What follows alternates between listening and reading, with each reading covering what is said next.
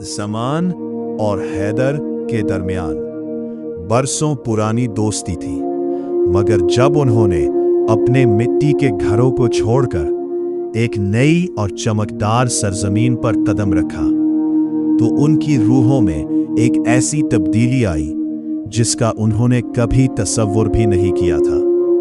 ज़मान ने वहां पहुंचते ही पुरानी यादों को एक पुराने लिबास की तरह उतार फेंका और नए मुल्क के रंग ढंग, बोल चाल और उन नए खुदाओं को अपना लिया जिनकी इबादत वहां की चहल पहल थी। मगर इसकी आंखों में हमेशा एक ऐसी वहशत बाकी रही जैसे वो खुद को ही पहचानने से कासिर हो। दूसरी तरफ हैदर अपनी पुरानी पहचान और मज़ाहिब की दीवारों को अपने गिर्द लपेट कर बैठ गया।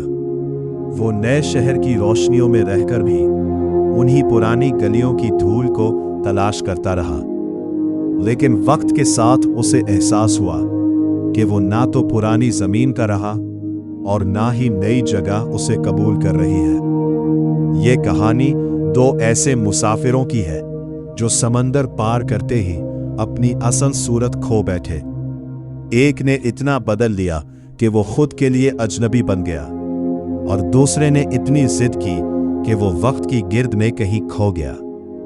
उन दोनों के दरमियान बचा था तो सिर्फ एक खला, जो उन्हें ये बताता था कि हिजरत सिर्फ एक जगह से दूसरी जगह जाने का नाम नहीं, बल्कि ये अपनी पुरानी पहचान के मरने और एक ऐसी नई पहचान के जन्म लेने का दर्दनाक सफर है जिसका कोई चेहरा नहीं होता।